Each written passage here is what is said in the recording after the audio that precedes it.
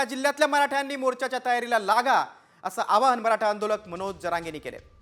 प्रत्येक जिल्ह्यात मोर्चा झाला पाहिजे, संतोष देशमुख यांना न्याय मिळाला पाहिजे असं आवाहन मनोज जरांगेंनी केलेलं आहे। आज बीडमध्ये मूक मोर्चा निघणार आहे, सर्वपक्षीय मूक मोर्चा काढला जाणार आहे। मात्र राज्यभर मोर्चे काढण्याचं आवाहन आता मराठा आंदोलक मनोज जरांगे पाटील यांनी केलेलं आहे।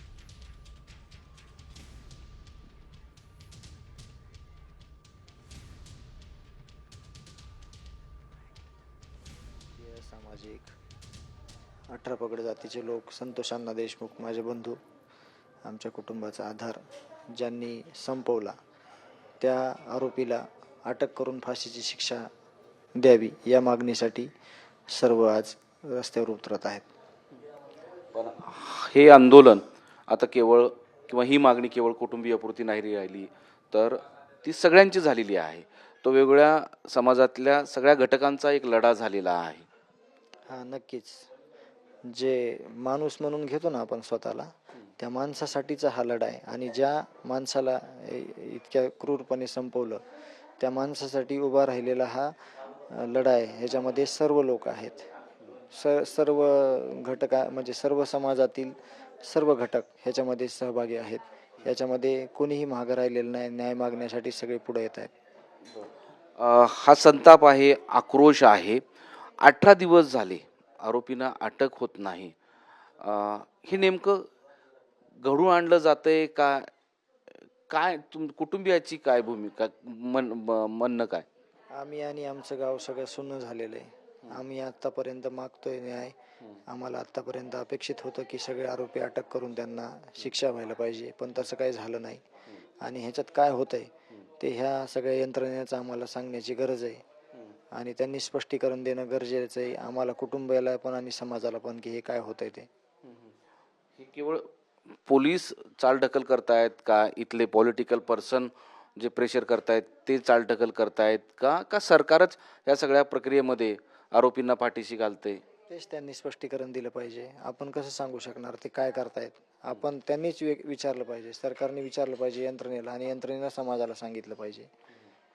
या आता मूक मोर्चातून आपली मागणी काय असणार आहे? कारण 2 मागण्या तर आहेत, किंवा एक तर तातडीनं गुन्हेगारांना अटक करा आणि फाशीची शिक्षा द्या, आणि हे सगळं चाललेलं बंद करण्याची पण मागणी आहे आमची। हे जे चाललंय समाजामध्ये, ही घटना घडल्यानंतर पण एक धाराशिवचे एक सरपंच आहेत, त्यांना पण असं जीवे मारण्याचा प्रयत्न केला।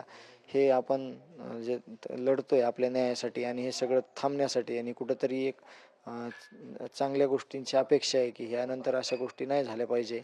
आरोपीला म्हणजे कडक कारवाई झाली पाहिजे, त्यांना शिक्षा झाली पाहिजे, त्यांना फाशी झाली पाहिजे, ही मागणी आहे आमची। जी आता चालते म्हणजे बीड जिल्ह्यातील गुंडगिरी थांबली पाहिजे अशी तुमची भूमिका आहे? हां, थांबली पाहिजे, सगळं थांबलं पाहिजे। हे सर्वसामान्यांना त्रास नाही झाला पाहिजे।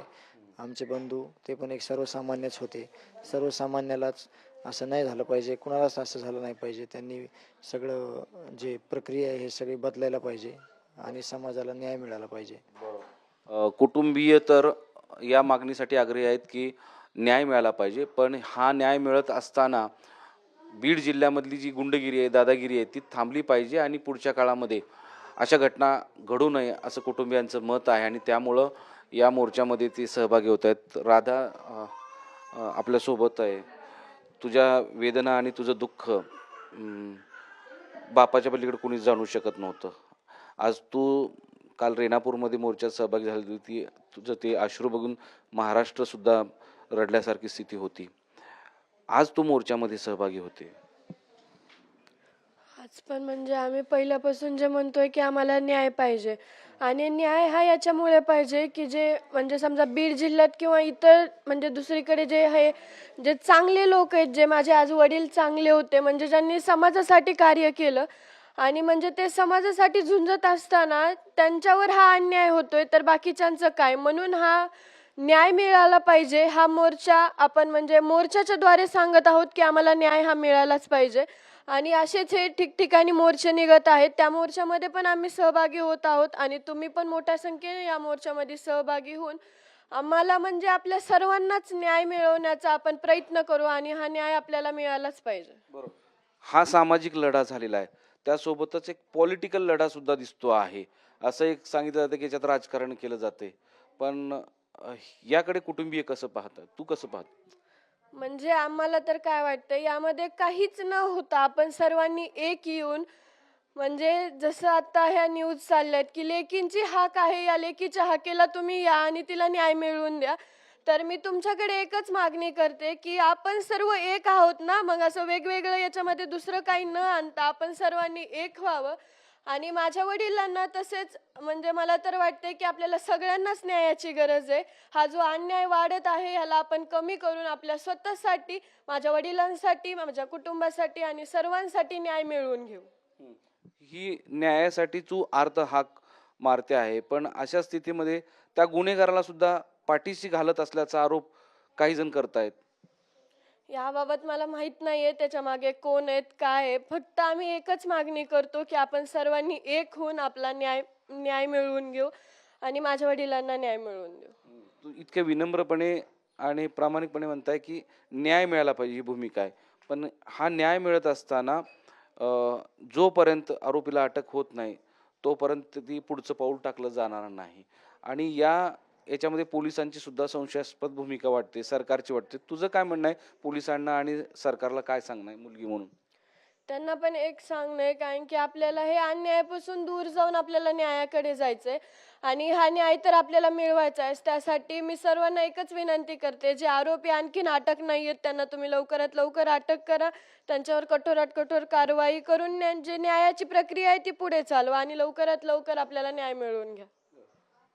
मुलगी आणि भाऊ दोघंही पोटात दुःख घालून न्याय मागतायत आणि केवळ न्याय नाही, तर या बीड जिल्ह्यातली जी व्यवस्था झालेली आहे ती कुठेतरी थांबली पाहिजे आणि सगळीकडे चांगली परिस्थिती निर्माण झाली पाहिजे, असं प्रामाणिक मत आहे. आणि त्यामुळं आता हे दोघंही म्हणजे सगळे कुटुंबीय, संतोष देशमुख यांचं कुटुंबीय आज